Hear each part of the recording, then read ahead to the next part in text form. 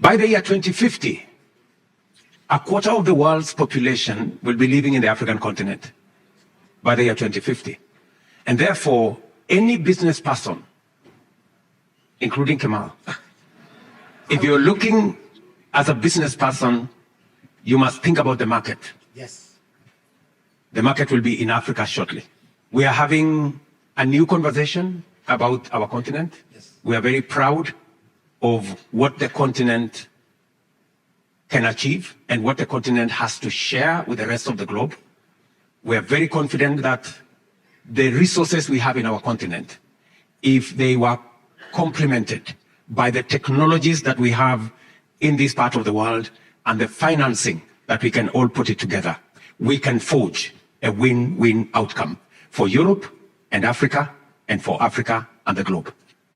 In fact, I can tell you today 4 aspects of Africa, what Africa is. Number 1, Africa has the largest renewable energy assets in the world. Number 2, Africa has 2/3 of the world's arable land for agricultural production. Number 3, Africa has the youngest population, 70% below the age of 30. And number 4, Africa has the world's critical minerals that are necessary for energy transition. So if you are looking at the future and you're not looking in the direction of Africa, then I want to tell you, you are looking in the wrong place. Yes. The future is in Africa. There is an African proverb that says, until the lion learned to write a story, all stories glorified the hunter. Yes. There was a time Africa was profiled as the continent of conflict, disease, poverty, and war. I want to tell you that we have a new definition of Africa. It is the continent of opportunity, great potential, and a great future. Yes. Yes.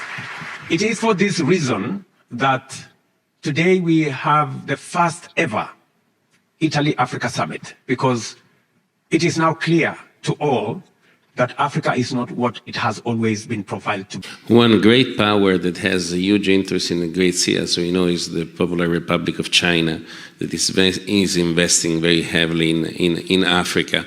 How do you believe that we should deal with this strong Chinese presence in Africa?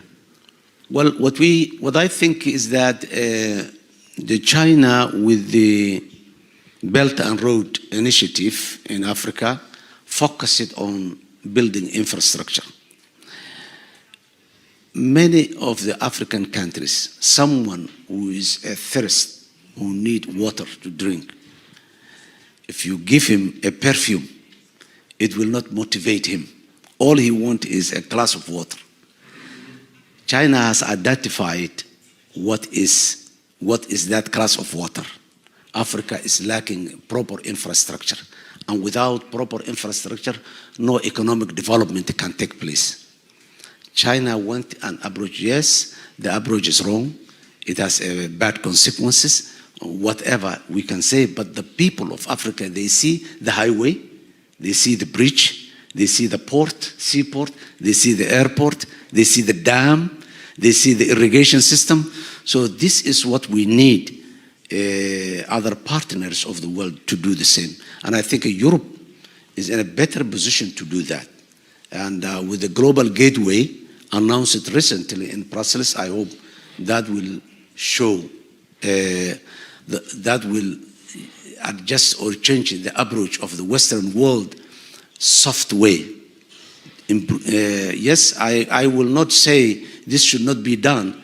The issue of democratization, the issue of the human rights, the issue of the freedom of expression, the issue of free movement, all these are very, very important principles. They can be held, but a hungry man in the remote part of Africa might not be motivated with that, and that's why uprising and political instability comes. So I think Europe has to look into Africa in a different manner, particularly focusing on those elements that facilitates economic development in terms of food security, in terms of transportation, in terms of energy. Africa has the potential to have green energy in terms of solar, in terms of wind, in terms of thermal.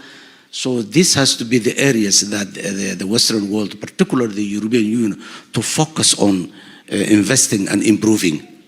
So you're suggesting that while China is investing heavily in infrastructure, the West should bet more on food security and energy. Is that right? Yes, that is another area. That is an area that's a very big gap in Africa today.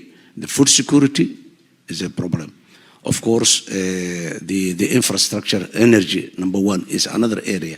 And addressing the challenges of the climate change as well is very much. For example, there's a huge resources in the world for climate financing, but accessibility of that resources is a challenge to countries like Africa, countries like Somalia. We are suffering greatly to the environmental impact, and we do not contribute the environmental problems of the globe. And again, we have a problem in accessing the financial resources that are available because of the rules and the regulations, because of our capacity, because of our understanding.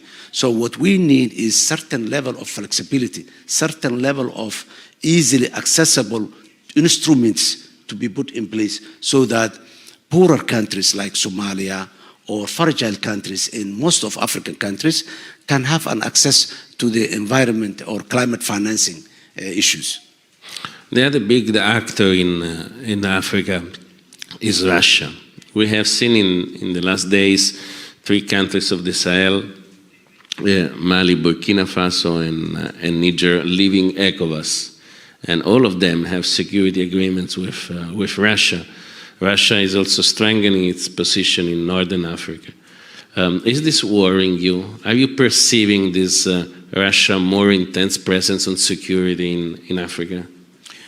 Well, yes, there is this security phenomena in Russia. Russia is a big country in the global affairs, but you know, when using a non-state actor as a solution for a state problem, that itself is problematic. Organizations like Wagner, and in the past you have seen what the Black Waters did in Iraq and other places. So such non-state actor security agencies are the problem. If what is helping or what is going there are the state apparatus from Italy, from Russia, from China, from United States, whatever, because the state actors, they have limitations, they have regulations and rules that controls their behavior. But these profit-oriented private security companies, they just look after profit, whether that violates human rights or whether that violates the legitimacy of the state and all this is not a big matter.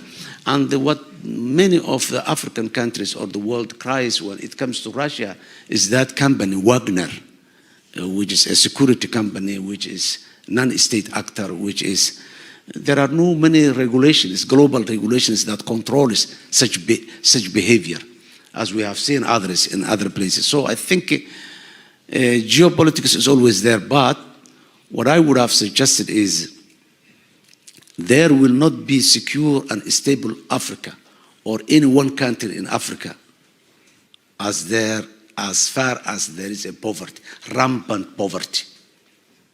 If we can reduce the gap of poverty, if we can create opportunity for the youth so that they will not go and get the gun. For example, the fighting forces in Al-Shabaab, all of them, they are not there for ideological reasons.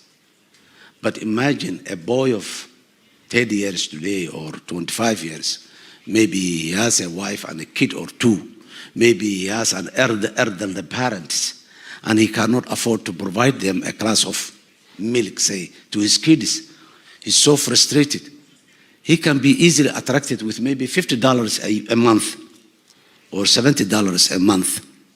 because that gives them the opportunity to provide a glass of milk to his kid or some care to his elderly parents. So as far as that challenge are there, and the majority of the population are young people, there will not be stability at all. So that's why I'm saying we need to focus on the economic matters. We always focus on security, yes, very important. But parallelly, even maybe at the lower level or maybe a less prioritized level, but economic matters has to be there, has to be focused there. Somalia, we have the longest coast in the African continent, both in the Indian Ocean and the Red Sea. We have a high value fish in the world. One of the high value fish of the world are available in the territorial waters of Somalia.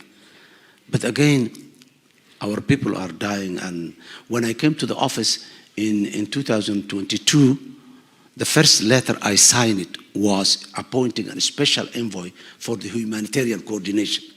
Because I came to the office at a time when all the international organizations were saying that 7 million Somalis are close to famine. So the country has to declare famine. And when we make an assessment, we realize that we need some level of coordination. And I appointed a coordinator, and he worked very hard with other international partners, and famine was averted. There's never been famine in Somalia. Yes, there are some malnutrition and the child level and the elderly people, but it's not reached to the level of famine. So, and we are, in terms, when you measure Somalia, all the economic factors, you realize that Somalia is a rich country. We have that opportunity of the blue economy. We have the largest per capita of livestock in the African continent. We have close to 10 million hectares of arable land with 2 permanent rivers throughout the year. So when you look here and there, you don't see how people like that can starve. Yes, security is complicated. People were unable to farm, people were unable to fish, people were unable to go and look after their livestock rearing. Yes, all this, but even then, if all of us go to the ocean, to the coastal area, and sit there and go to through the traditional artisanal fishing, we can live. But you know, the infrastructure is not there. The opportunity is not there. So the whole thing are interlinked. You cannot address only the terrorists. You cannot address only poverty. You cannot address only. So what we need is a multi-factor approach whereby within that framework there are certain priorities.